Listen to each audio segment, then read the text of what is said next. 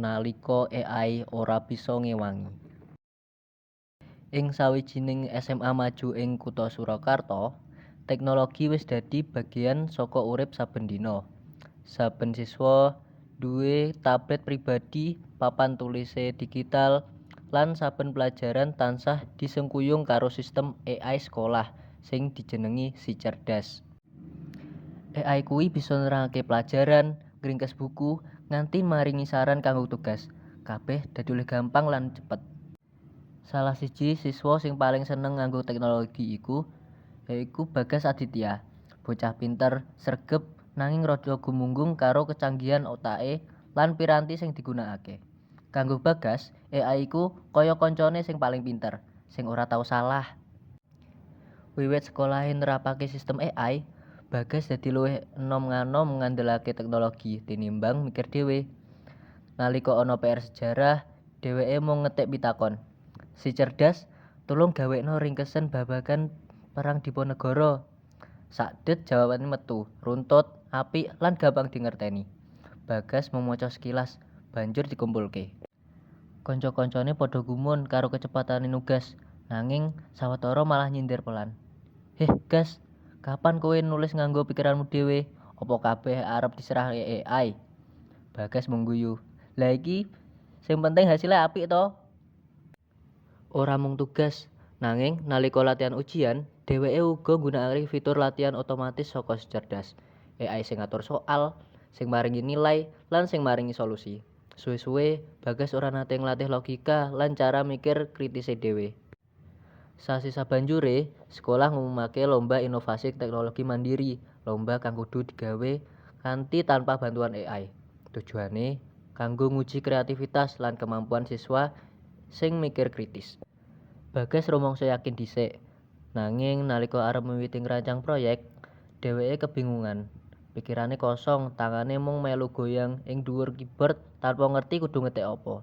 Biasane yen ngono, dheweke bakal langsung takon marang Si Cerdas. Nanging saiki, aturan lomba tegas, AI ora oleh digunakake.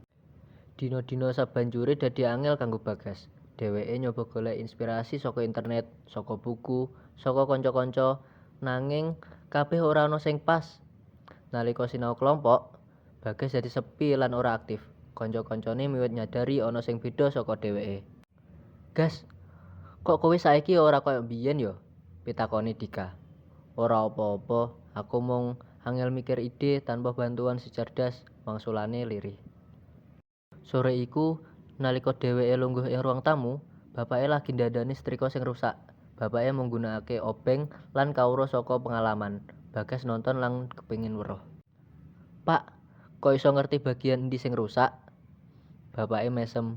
"Ora langsung ngerti le, kudu nyoba, kudu gagal luwih dhisik. Sing penting ora wedi mikir lan ora wedi salah." Bagas mung meneng, nanging tembung iku nancep ing pikirane. Saka kene dheweke nyoba mikir kanthi cara lawas, nganggo buku catetan, pulpen, lan pikirane dhewe. Dheweke mikir, kepiye yen aku gawe alat sederhana sing bisa mbantu siswa sinau tanpa internet. Wengi-wengi, dheweke nyusun ide alat digital sinau offline sing isine soal lan materi saka catetan siswa, ora butuh AI, nanging isih interaktif. Dheweke nggarap proyek kuwi suwe, nganti pirang minggu ora turu bengi. Dina lomba teka.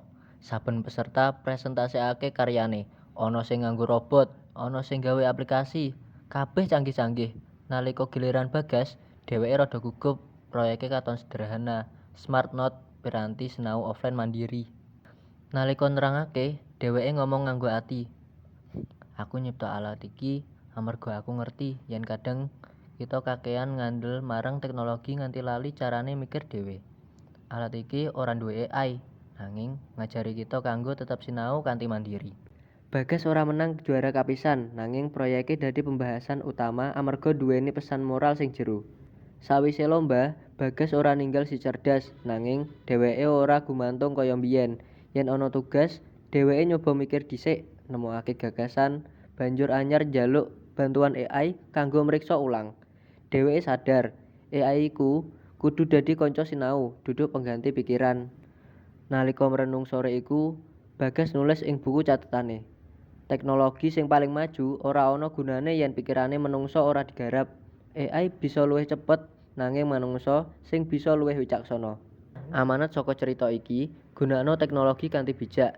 AI iku piranti sing bisa ngewangi, nanging aja nganti gawe kita ora mikir. Kecerdasan sejati ora ana ing mesin, nanging ana ing ati lan pikiran manungsa sing gelem nyoba, gagal lan sinau maneh.